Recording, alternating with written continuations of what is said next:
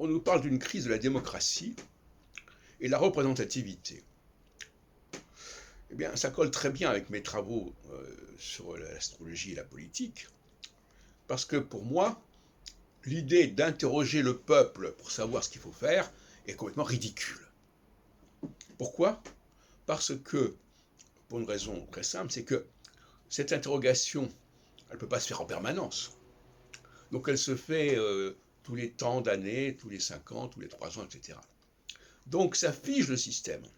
Alors que si on a un véritable système, comme en astrologie, qui permet de savoir l'évolution des mentalités d'une période à une autre, d'une année à une autre, on n'a pas besoin d'interroger le peuple pour le savoir, on le sait mieux que lui.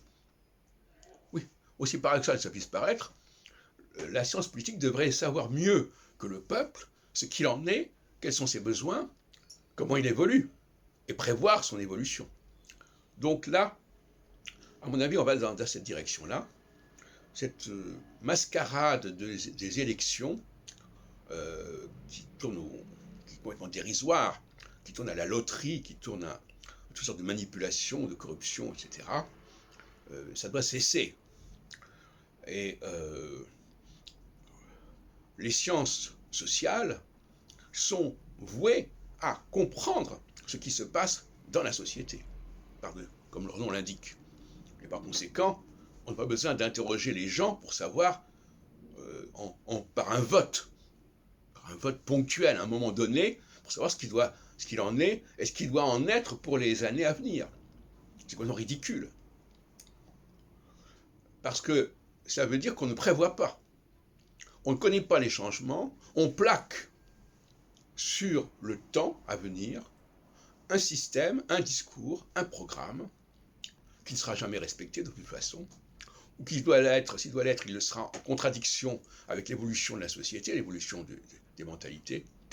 Donc là, on voit bien qu'on arrive à une fin de course, à une fin d'ère, et que l'astrologie politique doit prendre le relais. C'est-à-dire qu'elle doit prendre le relais des sciences sociales, elle doit s'intégrer dans les sciences sociales, elle doit être reconnue par les sciences sociales, les sciences politiques, les sciences juridiques.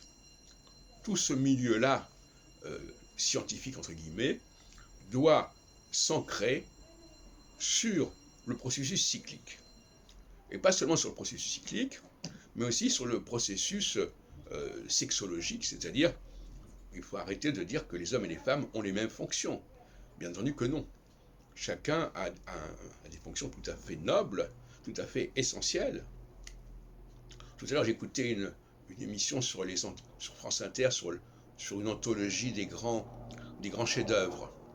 Et quelqu'un disait « Ah oui, mais il n'y a pas beaucoup de femmes, vous n'avez gardé qu'un seul nom, Marguerite Yourcenar, etc. » Et alors, ce qui est amusant, c'est que on a sorti un ou deux noms, Madame de Lafayette, on a sorti Marguerite Duras, comme si, voilà, donc finalement, il y a très peu de noms qui peuvent sortir, même quand on les oublie, de toute façon, il y en a très peu. Voilà. Et là aussi, il faut rendre à César ce qui est à César. Les femmes ont un rôle majeur dans le fonctionnement des sociétés, dans le choix des leaders, beaucoup plus que les hommes, à mon avis. Les hommes sont des leaders, mais ils ne sont des leaders pleinement que s'ils sont choisis, s'ils sont épaulés, s'ils sont inspirés par les femmes.